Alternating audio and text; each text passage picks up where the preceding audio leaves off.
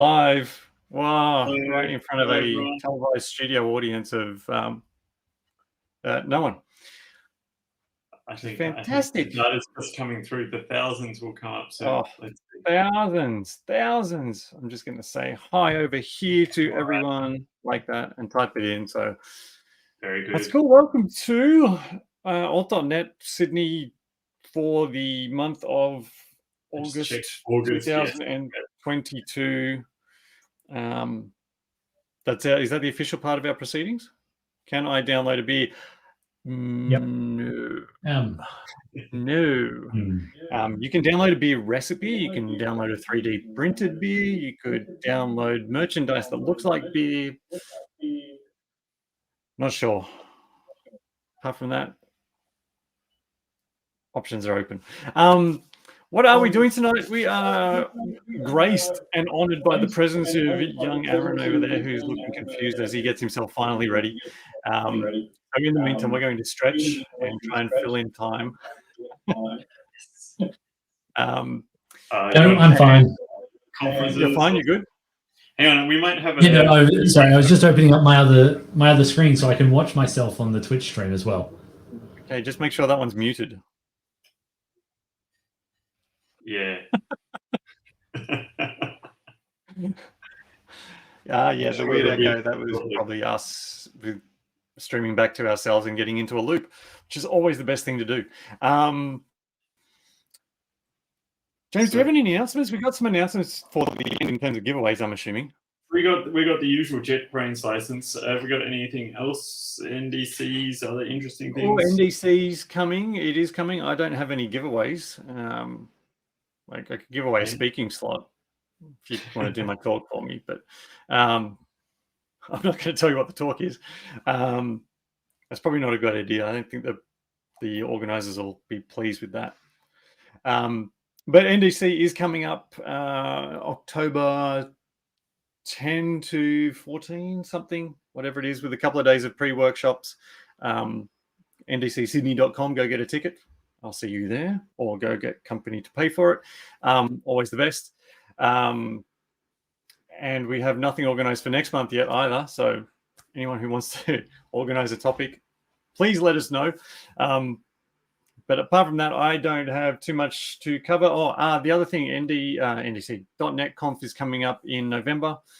Announced everything else. The RCs are out as well for .NET 7. So once again, more performance improvements. EF core improvements as well around performance. Some really nice changes there. If you haven't paid attention to any of those things, worth having a look at those. Get yourself ready and put that in the calendar. Call for speakers is out as well. So if you are, I think it's still open at the moment. So if you're interested in speaking at .NET Conf, as Aaron has said, definitely still open. Get yourself there. We would love more people from down under talking at that, which would be wonderful. With that, any comments from the crowd that I need to respond to? Other than that, usual abuse. Remember, heckling is welcome. We like heckling. Always fun.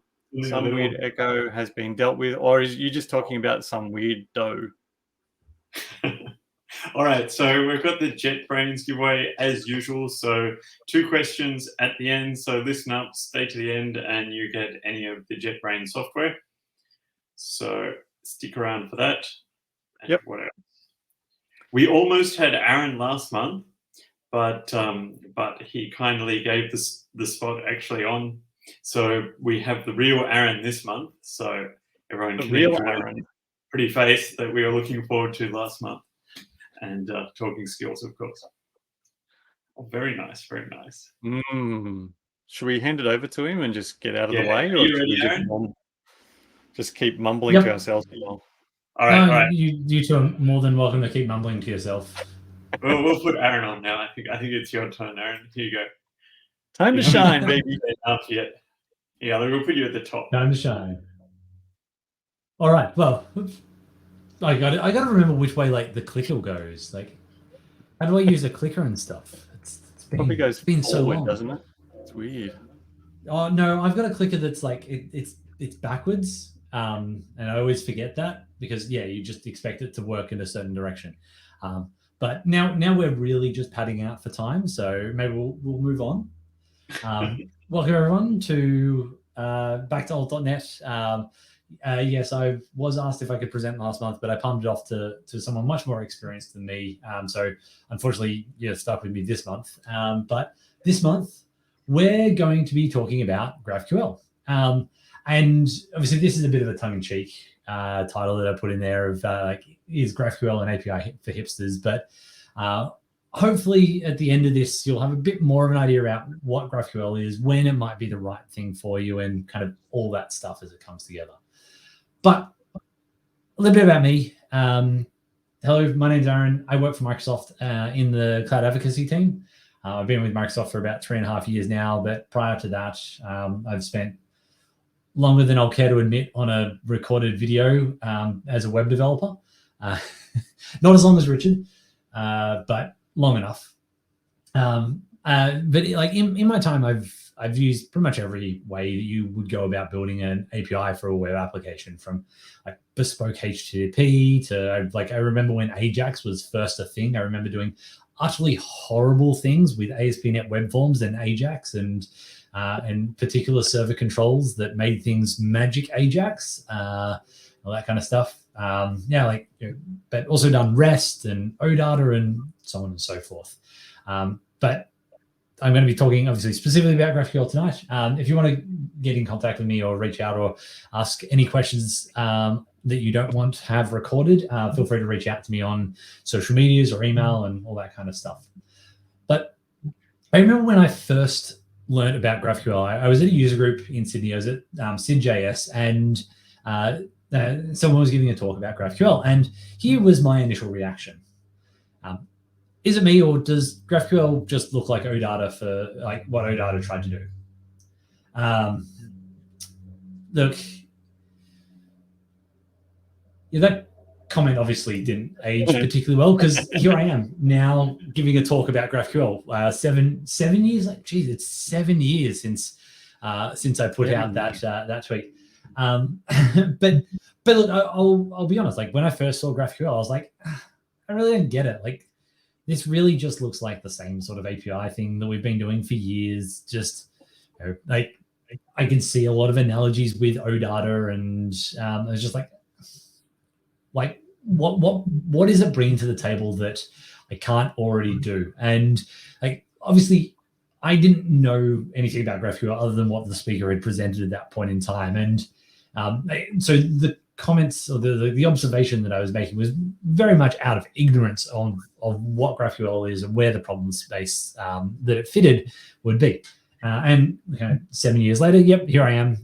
And while I might not necessarily say I'm like a GraphQL convert, I definitely see use cases for it. And that's why I'm giving talks such as this, because I think that it can be relevant.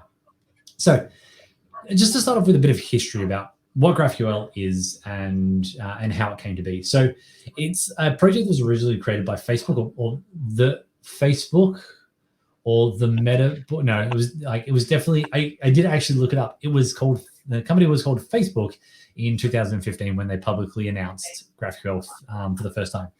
Facebook had actually been using GraphQL, or like the precursor to GraphQL, since about 2012 internally. The original things that they were trying to solve were like how they did their the newsfeed on the Facebook homepage and things like that. So they created this to solve some problems that they were having in the way that they were building applications. Figured that others were probably having similar sorts of problems, and that's where they then publicly announced it in 2015. In 2018, it was handed over to a newly formed foundation called the GraphQL Foundation, which is inside of the Linux Foundation, and the GraphQL Foundation is now who has stewardship of the GraphQL language and the evolution of the specification going forward. Anyone can be involved and participate in the spec design, like a lot of open source foundations, and obviously a number of companies sponsor them to help keep it afloat and viable and all that sort of stuff. When Facebook first announced GraphQL, they did a reference implementation of it in JavaScript because it was for like they were using it for the web components that they were building. So that's what the reference implementation is. Like the canonical example of GraphQL is written in JavaScript, but you'll find it in kind of every single language under the sun, and probably some that you didn't even know existed and needed GraphQL server and client implementations. But what is GraphQL? That's probably the important thing to distill before we get a bit further. So I've taken this off the GraphQL homepage, and the emphasis that I've put in there is mine, but I think that's the key takeaways of what GraphQL is. GraphQL is a query language for APIs, and you use it to describe your API and give clients the power to ask for exactly what they need. Those two parts of this kind of larger statement about what GraphQL is, I think are the most important things. So GraphQL isn't a server, it isn't a client, it's a query language. It's the way you describe a contract between your clients and your servers. And more importantly, it puts the power of that in the client's hand as opposed to the server, which is what you get more with REST and like bespoke HTTP endpoints and things like that. But what are some of the things that kind of makes GraphQL kind of interesting or relevant? And obviously, you've got the schema aspect of it. And I really like the fact that the client is the one that's in control. But there's some other things around GraphQL that make it somewhat different to REST.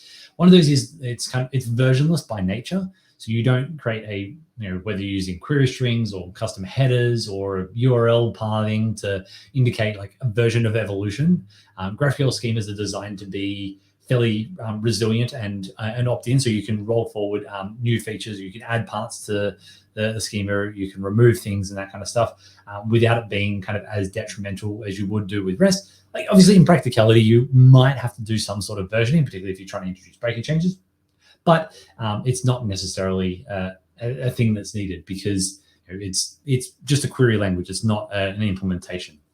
Versioning is more of a server implementation idea. So before I talk about a bit more about how we implement GraphQL and that kind of stuff, I just want to have some terminology outlined because without that, it can be kind of ambiguous what I'm talking about. So in GraphQL, we have our schema. So the schema is the thing that we use to define the contract between our client and server. It's strongly typed, so we have types that are built in, so Scala types, ID, string, int, bool, and float are the built-in ones, and then you can create your own with object types and enums and things like that. You can define your own scalas as well to represent data structures that you need inside of your schema and the way that your contract is defined.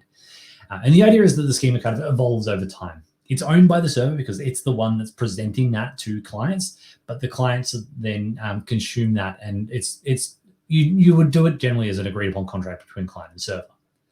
Now, GraphQL does your full CRUD stack of your operations that you get out of get when you're doing REST, but with GraphQL we define them as queries and mutations. So queries is the read aspect of how we get our data back, whereas everything else falls under a mutation. The idea behind a query is that it is performing an immutable operation, so it's getting data back. It's not changing state within inside of your server, and we pull that back down from the graph that we're requesting. It's also where you then, as a client, you define what bits of information you want back from the query operation that you're performing, select the fields that you need, the objects, perform sub-queries, and so on and so forth.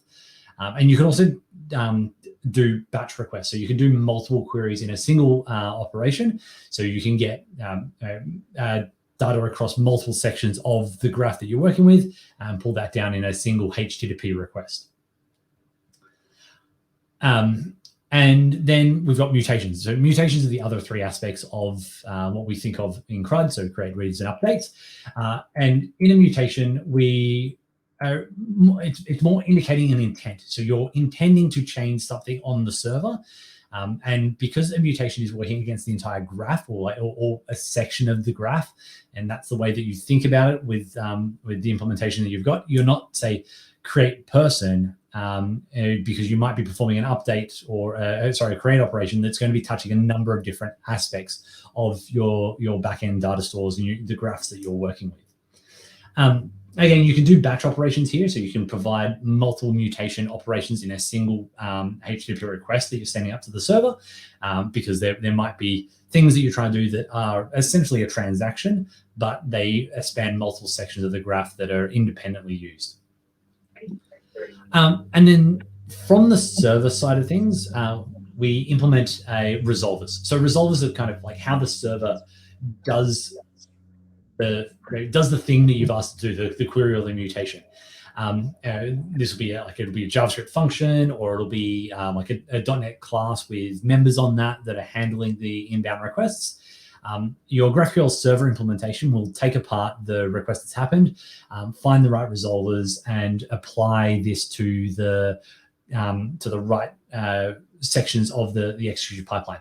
The other thing with resolvers is that they're not just tied to queries and mutations. You can have resolvers for the fields that you've got within inside of an object that you're trying to get back. So if you're resolving let's use person just because it's the simplest one, and your data store has first name and last name, but you want to expose to clients that you have a full name field.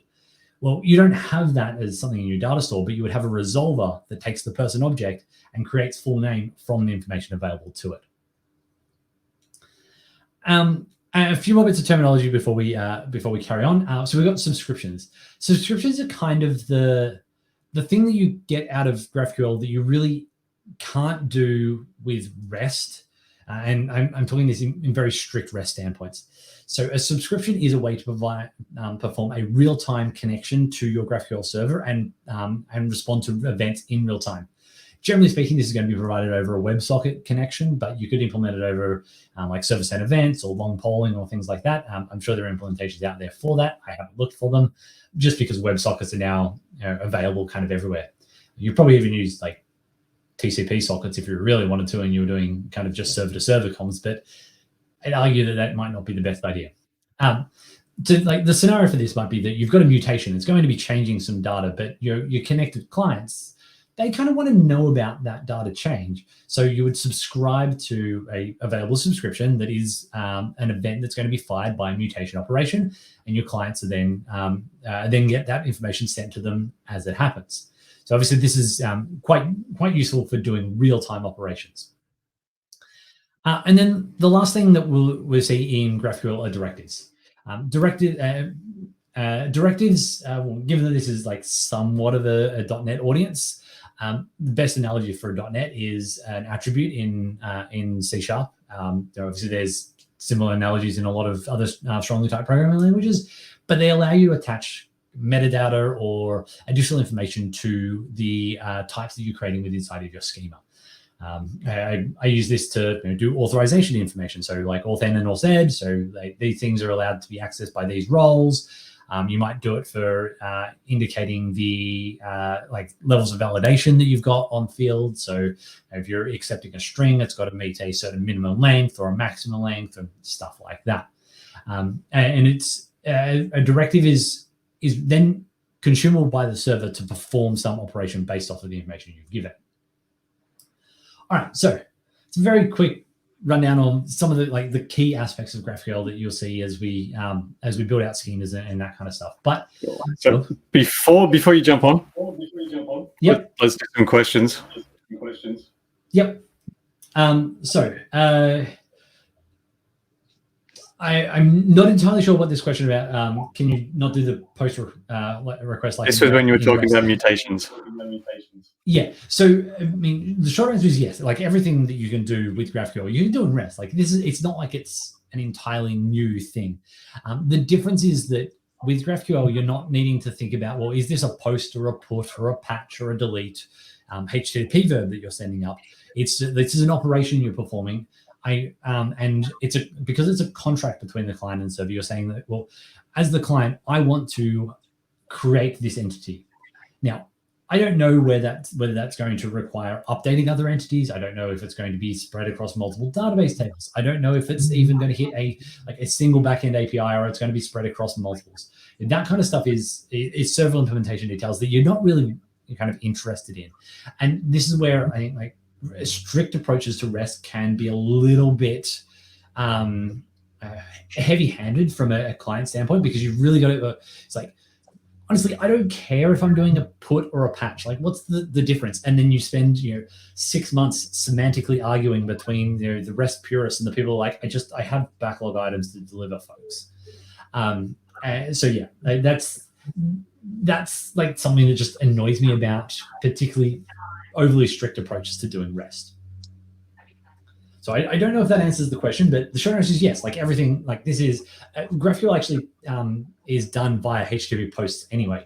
So like you are doing a post. It's just you don't have to think about the semantics of that post. Yep. There's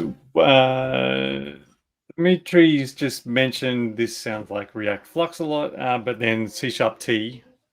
Is that Mr. Teaspoon with a different name? Who knows? Or C# of type T? I don't know.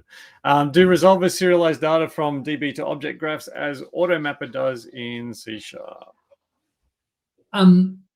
does it do auto serialization? The short answer is like it can, but I would argue that that's not a good idea. You don't want to be exposing your database schema directly to the world, because the semantics of the way that you've defined a database schema is not necessarily going to map to the way that you want your clients to think about your data. So yeah, like sure, you definitely can. And if you have a look at Hot Chocolate, which is kind of the best .NET implementation of a GraphQL server, yeah, like you basically connect up Entity Framework and be like, pull data out of here, and I don't have to do a whole lot of mapping.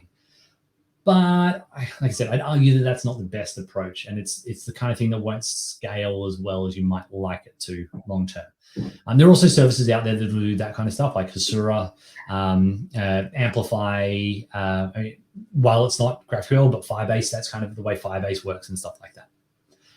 We don't have an analogy to those in Azure, though, so I won't spend any more time talking about competitors. All good. All good. All right. You may continue, Aaron. You may continue. Well, we'll continue on and talk about why should you use GraphQL? Probably for me, there's a couple of really key things here for why I like using GraphQL. One of those is type safety.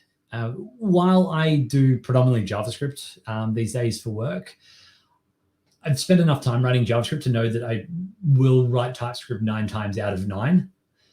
Just because I've been burnt so many times with that. And with GraphQL, you're forced to think about the type contract between your client and server. You have to write a schema for your data, and you have to define the type system that's going to be there. Now, look, sure, you can do that with REST. You can create Swagger or an Open API spec, but how many of us start with an Open API spec and then create the API? Or how many of us try and reverse engineer it from the API? We're just like, it's not really needed for this kind of project. It's kind of small. And then 6 months later, you're like, oh, what are the data models coming back from this API? I'm just going to hit it and see the JSON response.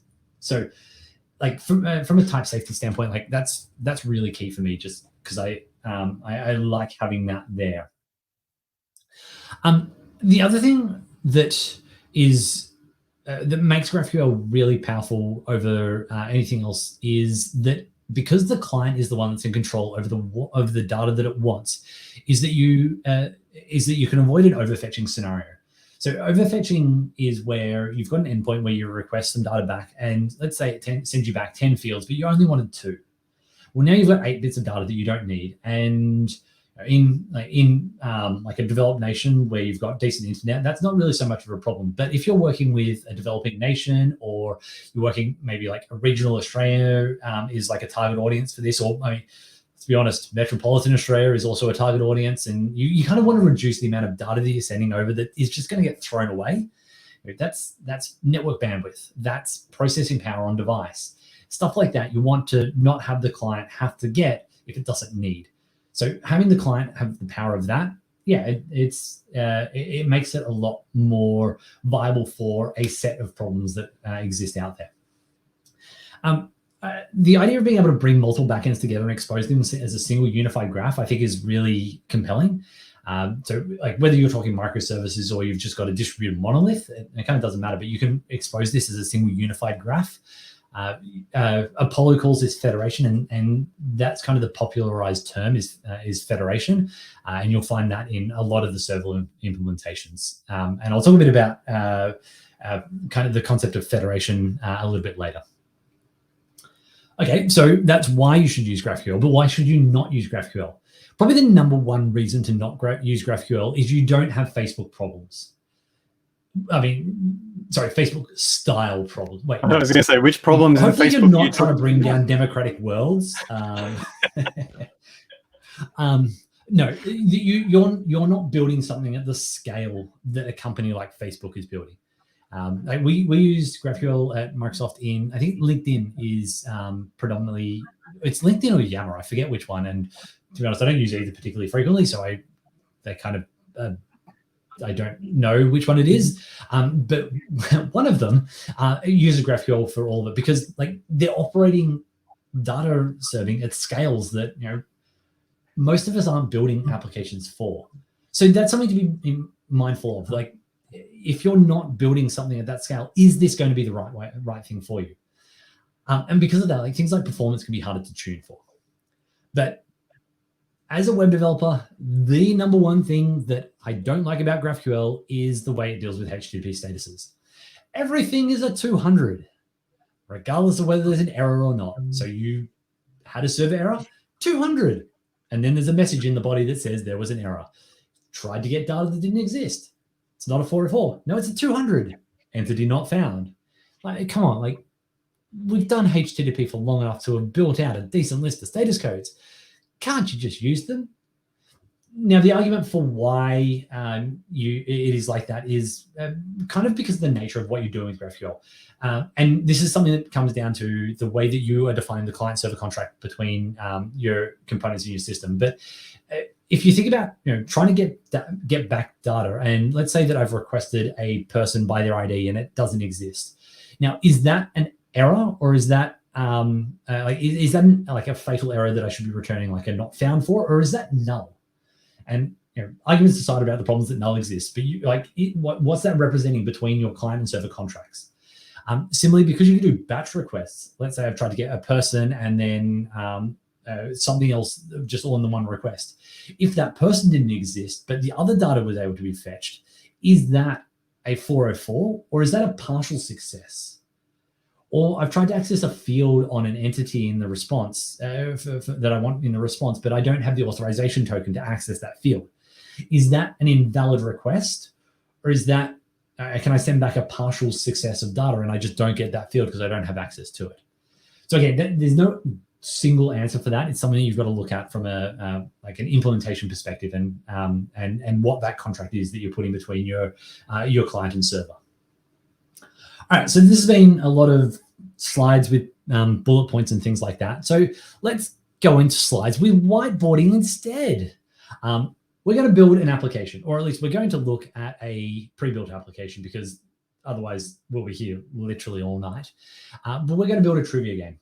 I started building this demo application during the peak of lockdowns when everyone was playing Jackbox TV, and I was like, well, that seems like a good, easy thing to build my own example application around. So we're going to have a data structure called, it's going to be quiz, or I actually call it game. I just haven't updated my slides.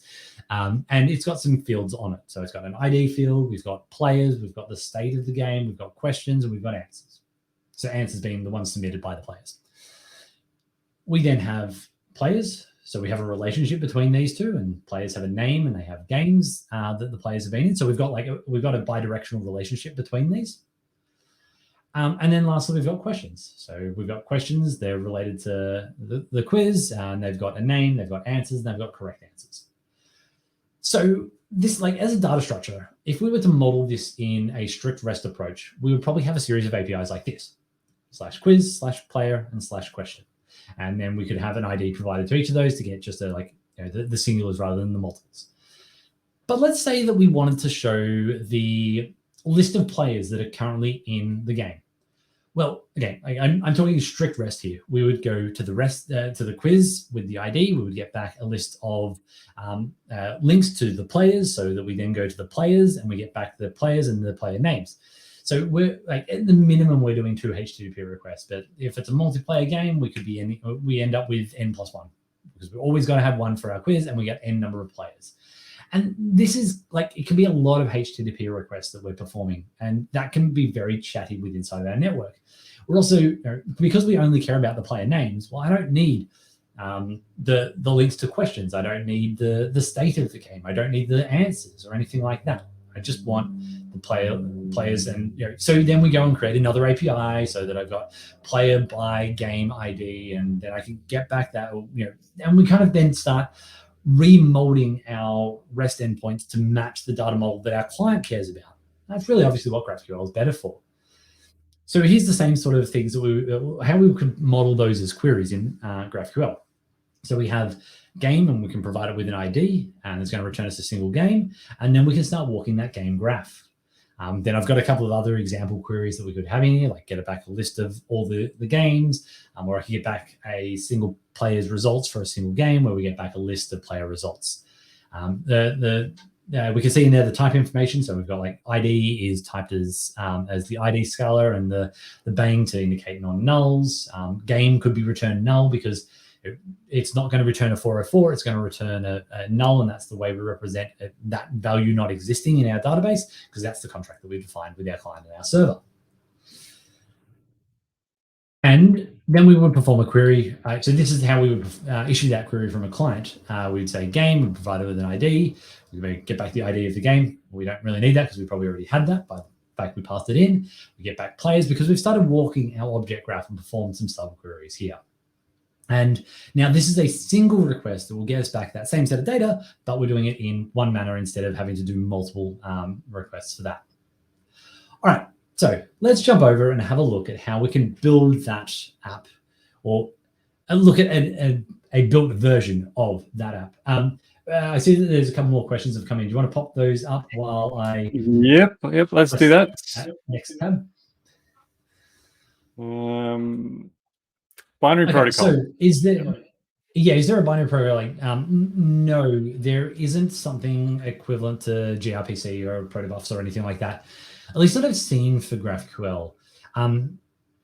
There's probably isn't a reason why you couldn't send binary data over a GraphQL response. Obviously, you're not going to be able to unpack it the same way, but no, nothing I think that is, well, at least nothing that I've come across that is akin to what you would do with gRPC.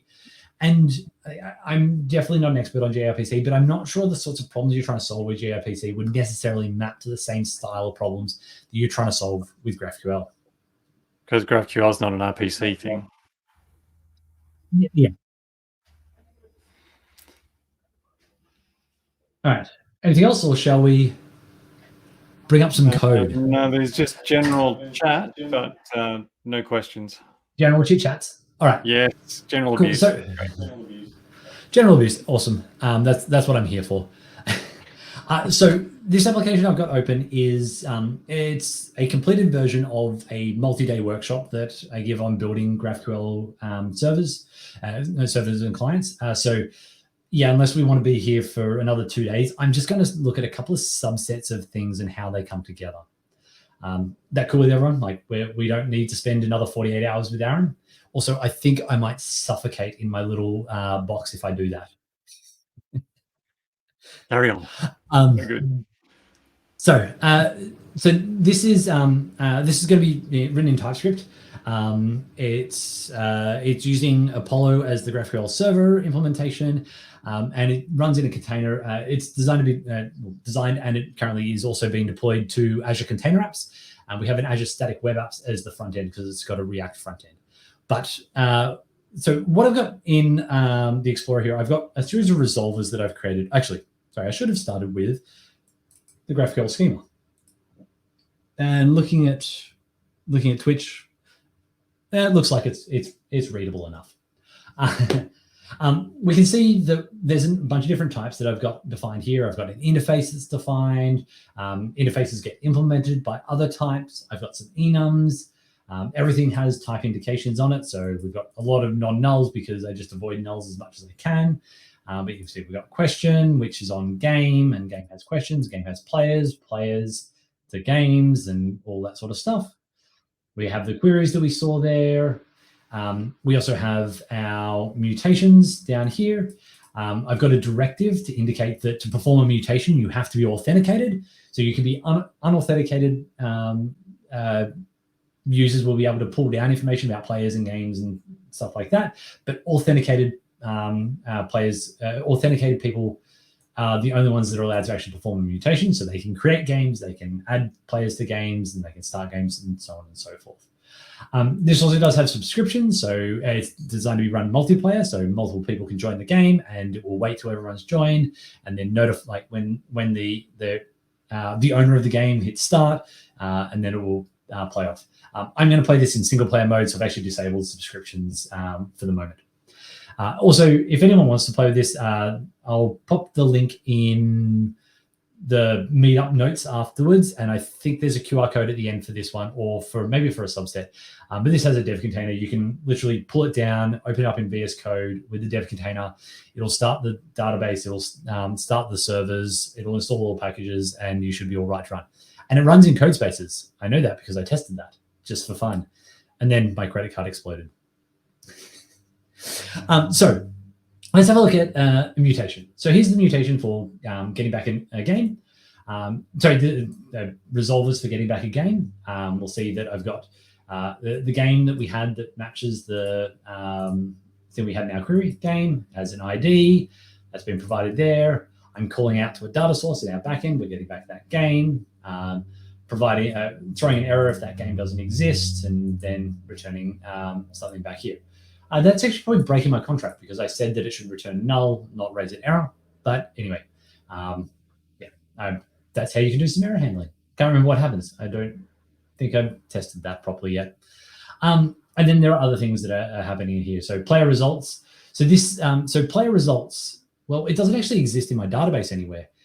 This is a combination of, like, it pulls back a game, it pulls back the player, and it will then generate a new object on the fly based off of the player and the game information together. So a resolver doesn't have to just map one-to-one to your database. In fact, like I said, you probably shouldn't map a one-to-one to your database. Here it's generating an entirely new data structure that is relevant for the client constructs that you're defining between client and server. Oops, I just went to the wrong screen. So you probably get a lovely view of my background in a second. There it goes. I can see it in the corner of my eye on Twitch.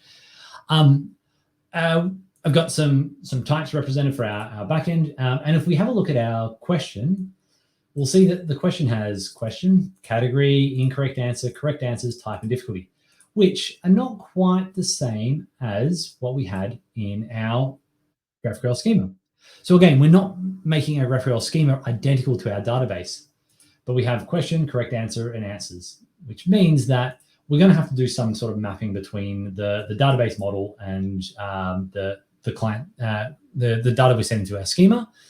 And we can do that, again, with resolvers. So I've just got a resolver for the answers field, for example, and it will go through, it'll take the incorrect answers, concatenate the correct answer on it, randomize those. So the client doesn't have to think about that. Like, it's not a client problem to combine correct answers and incorrect answers together into a single view of answers. That's a server construct, and the server is just going to provide you with a list of answers. And correct answer, well, here it's got to change from snake case to camel case. So yeah, that's a way that we can do things with resolvers. But I've got this up and running, and if I go to what am I looking for? I'm looking for front end. Go. Yep, it is up and running. So let's pop that into a browser. It's going to load up here in a minute. Actually, I should zoom that in. So this is a React application. Woo, it's probably a little too far. I'll bring the browser dev tools up side by side so we can see what is happening from the HTTP requests. I'm just going to sign in. This is using a mock authentication provider. That would be Aaron Powell. Let's close off some of this stuff. All right. So this is loading up. There we go. And we will clear these. Okay, so I'm going to click start a new game. So this is going to perform a mutation because I want to start a new game. And actually, if we come back and have a look at the GraphQL schema, the mutation is called create game. So we're indicating that that's going to be creating a game, but something else like add player to game is that a create operation or is that an update operation? It's actually a combination of two. We've got to create a player and we've got to update game. So this is where mutations think more broadly than just your kind of strict one-to-one thing that you're doing. Similarly with start game, what is the thing you're performing? What are you mutating on your server? Not like patch game with status of started, which would be kind of a REST analogy. Okay, so it's start game. Okay, and there's our GraphQL request. We'll see that we sent up a payload that just went as a HTTP post. There's the mutation that got the operation got performed. It was a create game mutation. We hit join game because this is it's waiting for other players to join. You can actually join this without WebSockets, but I'm running localhost and I'm not going to do that. And there we go. Then we'll start our game. So this is this game will just keep playing in the background, but we can see here that we've had like a bunch of different operations that have been performed. We can see all the GraphQL requests. Something like get game. If we have a look at the response for that. So here we've gone and we've wanted the questions for the game. And you'll see that we said, I want answers, ID, and question. Because at this point in time, I don't need the correct answer because that's not relevant to where we're at in our application. So I didn't request that. Question exposes correct answer, but I didn't request it because, and this is where that overfetching scenario comes in. I didn't request that. So it's not there, and it's not data that's being sent down to my client. So my client doesn't have as much data that's being pulled. So this is how many questions? It's 10 questions still. So let's leave that to run, and we're going to hit through because I'm not paying attention. We'll just hit Oh,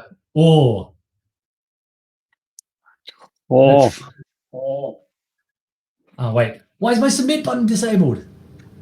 And I know I can see David's in Twitch, so he's like he'll know the actual answer to this. I think it's 99. Or was it like yeah. Oh well. But I can't hit submit anyway, so it's just I'm just gonna stuck with the game playing forward. And look, because I've not requested the correct answer, I can't use the network inspector to cheat. Could you do a GraphQL query though to cheat, Aaron? Yeah. Something's errored. I think I've just overloaded my server a bit. I don't know. I have a HTTP request that hasn't finished executing, and because that one didn't finish executing, I can't submit answers. I don't know what I broke, but something's broken. There can't be that many questions left. Yeah. This is fun, isn't it? Are there any other questions just while the game plays out in the background? So Muttley was asking, what does Apollo bring to GraphQL? Yeah. So Apollo is a company that produces a bunch of open source projects. My requests are all finished, so I can actually keep playing, but we won't. So they've implemented a GraphQL server and a GraphQL client. They've implemented a couple of clients for JavaScript, and I think they've got an iOS one and maybe a Kotlin one. But they're just they're a server implement. They're an implementator of the spec, so you can build servers and clients. The same. So in .NET space, you've got Hot Chocolate. It's like Java. Like it's like what's the Spring GraphQL is like a Java implementation and that kind of stuff. So Apollo, it's just a company that's made some stuff for building GraphQL servers and GraphQL clients. You can use the GraphQL client from Apollo to talk to like a .NET GraphQL server, or you can use, I think it's Strawberry Shortcake or something from Chili Cream, who makes hot chocolate. Hardest to discover naming convention out there. It's strawberry milkshake. I don't know. But there's like Meta is not hard to find either. Yeah. So yeah, you can use the a .NET client can talk to a JavaScript GraphQL server and all that kind of stuff. Yep, there we go. Is GraphQL vulnerable to deeply nested queries? I'm going to park that question and come back to it. All right, I'll give you one. This one's the best one. No, you got to answer this one. You can't move on. Sorry. Yes, I did. Well, no, it's not a DDoS because it's not distributed. There's no distributed denial of service happening here. D for dummy. Yeah, fine. Anyway, okay, so the game is finished playthrough, and we see that we got to the last screen, and in this time we've got player results, and we can see that we've pulled back some different information again based off of what's there. So that's an implementation of. Where's the C# answer? What year was it? Oh, where is it? Oh, we got De Morgan's twice. Oh. Ooh. It might have stuffed up because the requests got jumbled up. Yeah. Well, I got it correct and incorrect. Yeah. Oh, look. So there might be some bugs in my application. Let's just move on from that. Hey, Aaron, just a question for you on the security front. If you did want to stop people GraphQLing for the answer, how would you do that during the quiz? You couldn't. Not like because it's the same as any the same way as you do with any other HTTP endpoint. You would have some kind of tracking token to indicate like whether or not you're allowed to request that data at that point in time. There's nothing that would be built into GraphQL that makes you to stop you doing that. The difference is that as the consumer of the client, as the client, you can be more selective about the data that you request, and you request the right data at the right point in time. So nothing will stop you from to be server-side logic. I would have assumed, and you just go, is the game state, closed? Cool, you can request, and if not, then no, bugger off. Yeah, you might have to do something like that. But like, could there be a legit reason that the game is not completed that you might want to serve out answers? Again, that's really going to come down to the contract that you're creating between your client and your server. The interesting thing there, I suppose, in looking at mutation is effectively, if you think CQRS, the mutations are your commands, and obviously the queries are the queries. But exactly. It is. It does have that that kind of a model more to it, because you're obviously there's functional programming aspects to the way that you're thinking about it. You're not thinking about, because it's talking about mutations rather than updates or creates. Like you're mutating. It doesn't matter whether it's an update or a delete or a create. It's a mutation that's happening on the server. Anyway, in the essence of time, let's carry on and talk about going from REST to GraphQL, because this is something that comes up a lot. Is like, well, I built everything as REST. Well, now do I have to rewrite everything in GraphQL? And the short answer is it doesn't have to be one or the other. There's no reason why you can't have your application building some of it is REST and some of it is GraphQL, depending on the clients that need to consume it. Or another way is that you can have the same backend servers and the same databases or the same downstream microservices or distributed monoliths, whatever you want to call them, and your clients are just connecting to them, either via a federated graph or through an implementation of essentially a federated REST endpoints. And the reason where I think this really becomes interesting is how you can take your existing backend and not have to write code to expose it as GraphQL for where your clients, where you might have clients that want to consume it like that. And we released, we being the royal we of Microsoft, released a feature of API management, or APIM, called Synthetic GraphQL, which allows you to take a GraphQL schema and put it in front of REST or SOAP or OData or whatever it might be, and expose that as GraphQL. So I want to have a look. I'm going to do a quick demo of how you can convert a REST endpoint to GraphQL. And we'll do that here. I should zoom this one in, but it's not particularly interesting to zoom in. So on my website, I have an API, /API/post/post ID, or /post will return you all the log posts, or /tag/tag name will return you back posts for a particular tag. Great. It's a series of REST endpoints. Fantastic. But I'm here talking about GraphQL. I want to expose this as GraphQL. And the way that we can do that is using synthetic GraphQL. So I've actually gone ahead and created this before, but I'll show you kind of the step through process of this. So I've got an API management instance, and let's just zoom that in. If we go add API, select synthetic GraphQL, give it a name, and select an existing GraphQL schema, and then we hit create. And what that'll do is that'll create a new API within inside of APIM that now has a GraphQL schema. So this is my REST endpoints for my blog exposed. I have 3 operations that I want to perform. I want to get post by ID. I want to get post by tag. I want to get back all the posts as a list. There is a type that you could get back, which has an ID, a title, some custom Scala types that I decided to find of URL and date, just to indicate what the data structure that they have is, a list of tags, description, and content. Great. But I don't want to have to go and build the GraphQL, the GraphQL backend for that.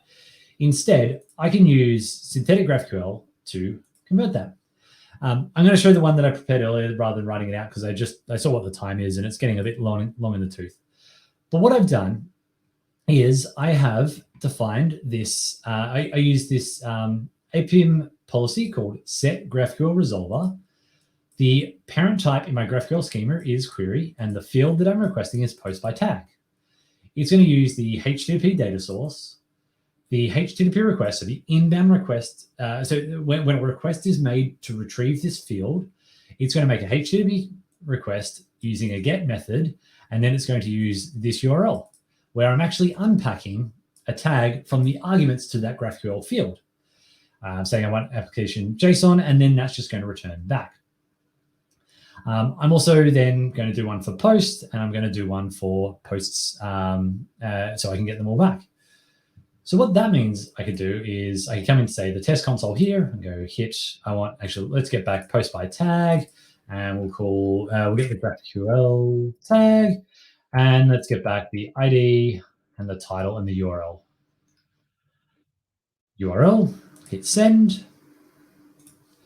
And then, so this is going to call my HTTP endpoint, my REST endpoint, pull that back, and then return that as GraphQL. Any minute now. Drum roll. There we go. That. So I haven't really written any code here. I've written some XML, sure, but it's taken a REST endpoint and converted it into GraphQL. I can now query. But what if I wanted to add something that my REST endpoint doesn't expose? So I've actually created a second revision of this API.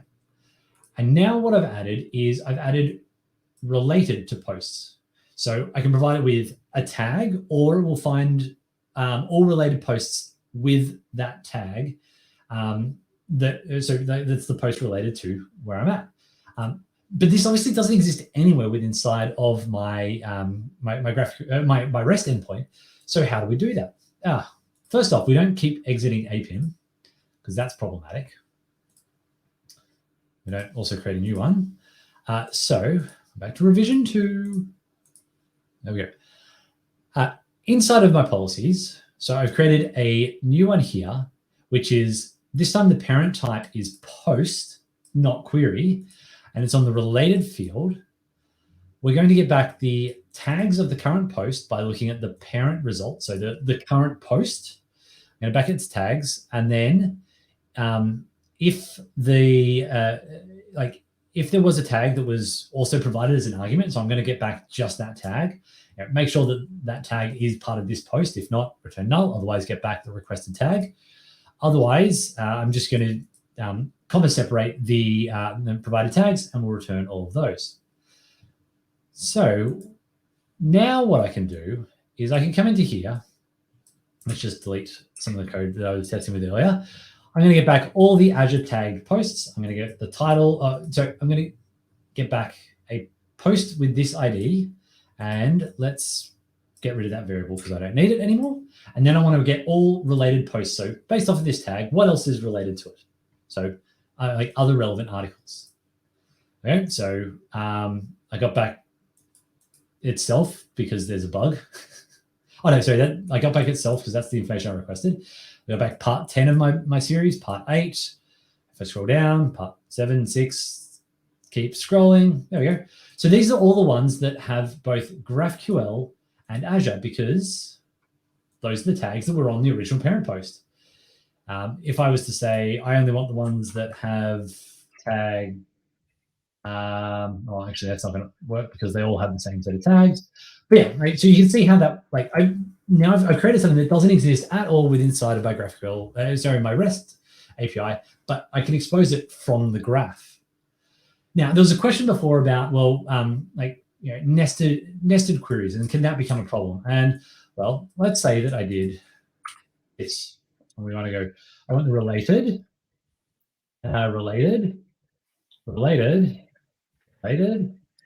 Turtles all the way down. Yep. Related, title.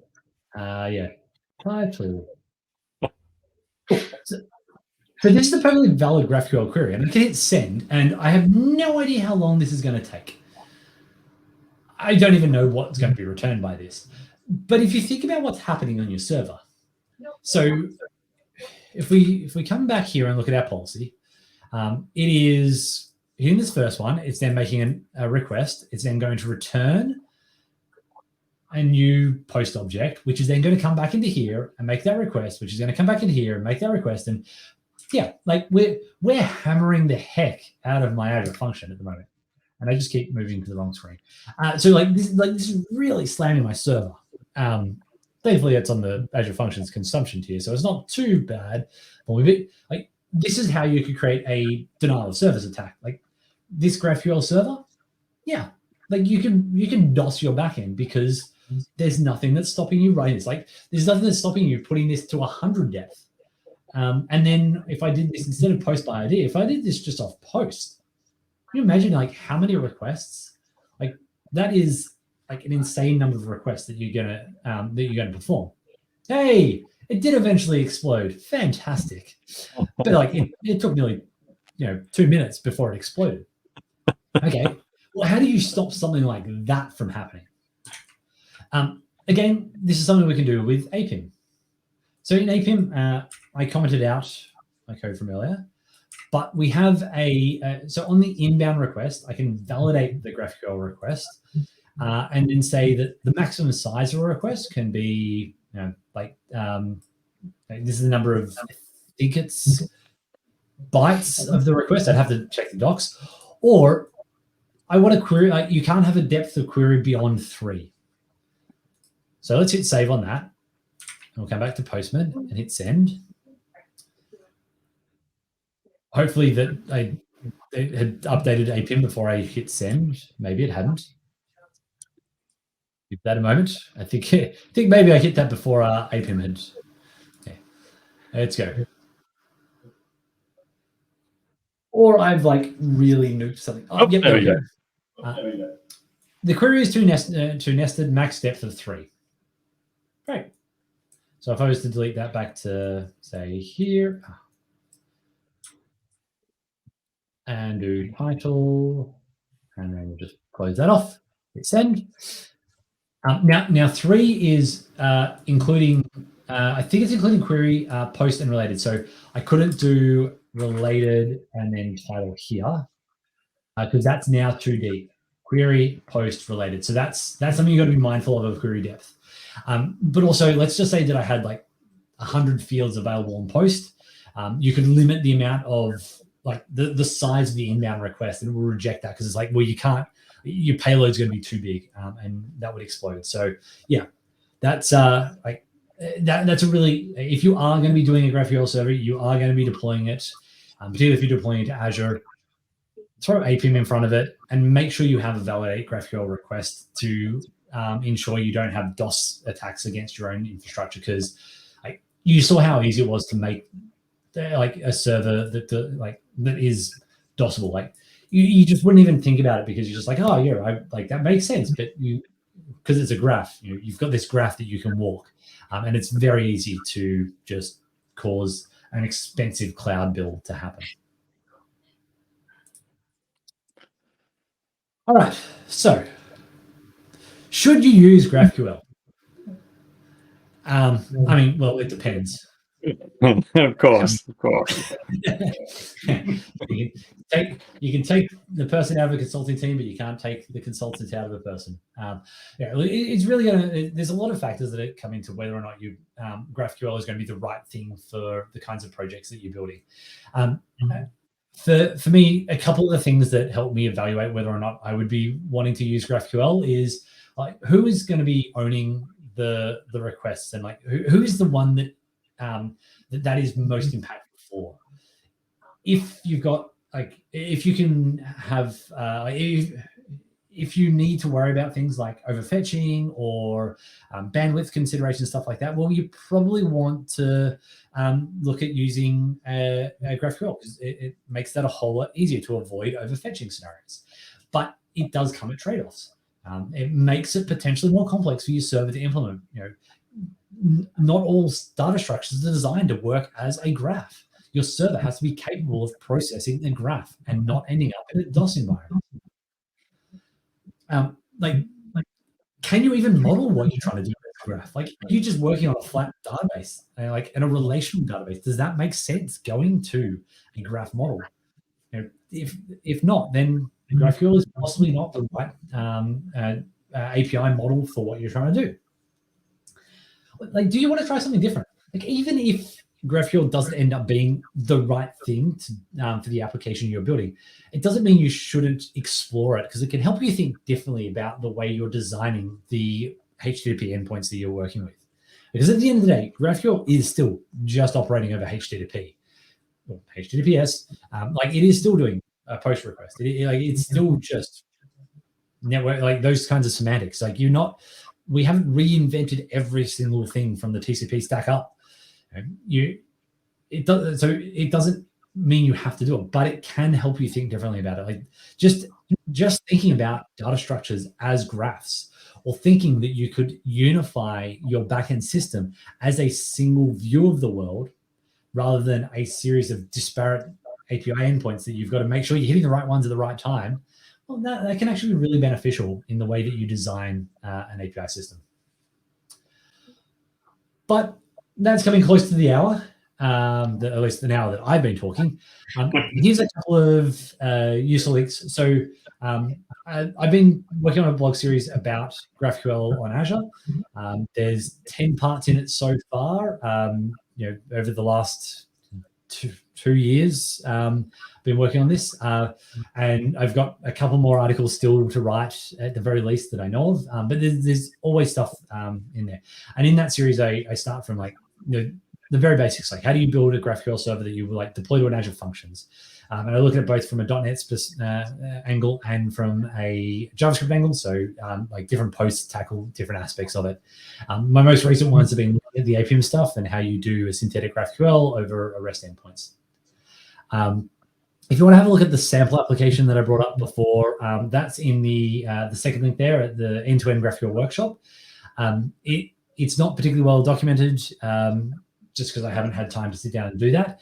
I do have a subset of that workshop available at the third link, GraphQL TypeScript workshop. That subset was actually done for TSConf last year, I think it was, and there is a 2.5-hour live coding video. It was recorded live, so it was a live coding video, but there's a video walkthrough of how to do that workshop, where we go through the steps of starting from file new project essentially to building up each step of the way and ultimately having a functional GraphQL server. I'll send these links through to the folks. They'll pop them up on the meetup as well for anyone that doesn't want to screenshot this or snap the QR codes that are there as well. But that's all that I was going to cover today. Thanks for joining us on this evening in I wish it hadn't been such a warm day, because honestly, I am sweating up a storm inside of this office. I am really going to need to suffer in summer. We have a couple of questions actually. We do. Let's fire off with the questions. Subscriptions. Oh, okay. Yeah. Okay. Thanks, Dimitri. What else have we got? I think there's some others. The one under it. How does subscriptions work with the API one?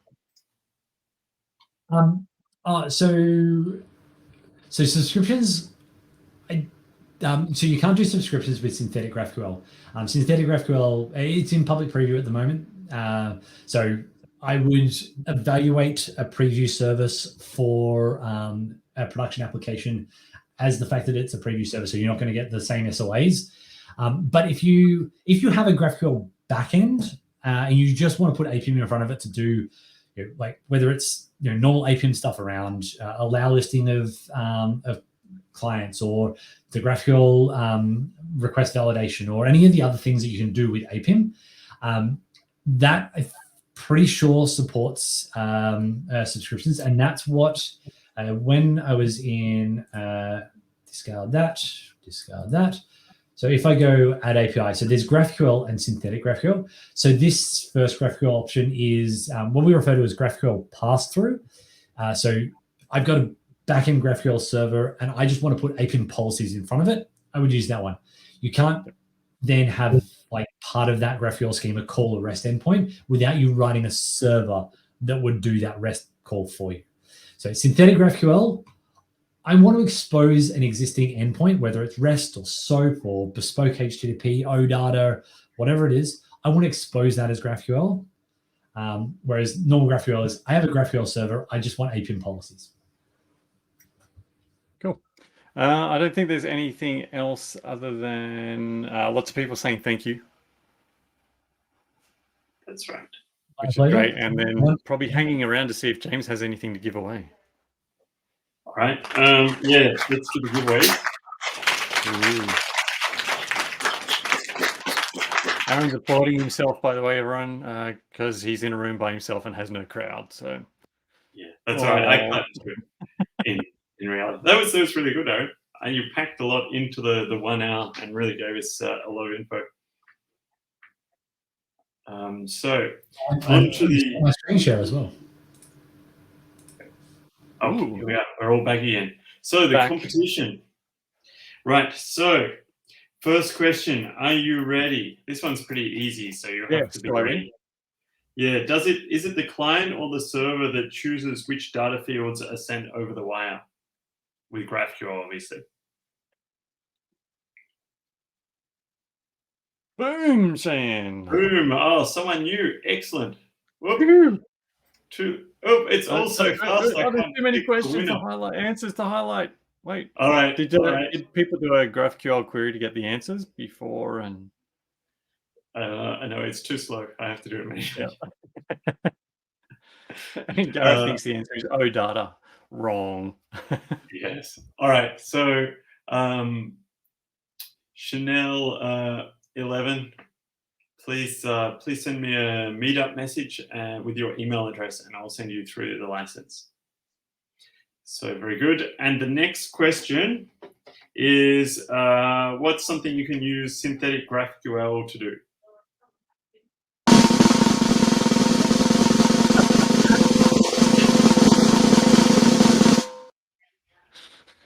I've missed you, Aaron. No, Gareth, not OData. Give it up, man. Give it up. HDF Monkey. Call a REST API. Call a REST API. Expose an existing API. Oh, Aaron, which one would you think is the more correct answer? I would go with the second one, just because it doesn't have to be REST. I know of customers that are using it to expose like SOAP or uplift SOAP to anything other than SOAP. All right. So Sarah, congratulations. And I hope OData. you've got most of the JetBrains products now. So as usual, send me your email so I don't forget. Awesome. All right. Excellent. All right. Have we got anything else? Maybe just no. Other than again, thank you, Aaron. Appreciate it. James, thank you. Oh, Richard, thank you. You're fantastic as well. Oh yeah, and everyone else who's on the stream, thank you. And please tell us if you want to give a talk. Sorry, Richard, I'll let you get back to the thank come you. on, I was going to thank my pot plant next. What about your mum for having you in the first place to be able to attend? Always thank my mum. Yeah, so if you do have a talk that you want to give, please get in touch. Yep. Because we'd love to hear someone from the group. All right, we'll call it a day. That's Goodbye. it. I'm Troy McClure, and I'll leave you with what we all came here to see: hardcore nudity. All right, goodbye, everyone.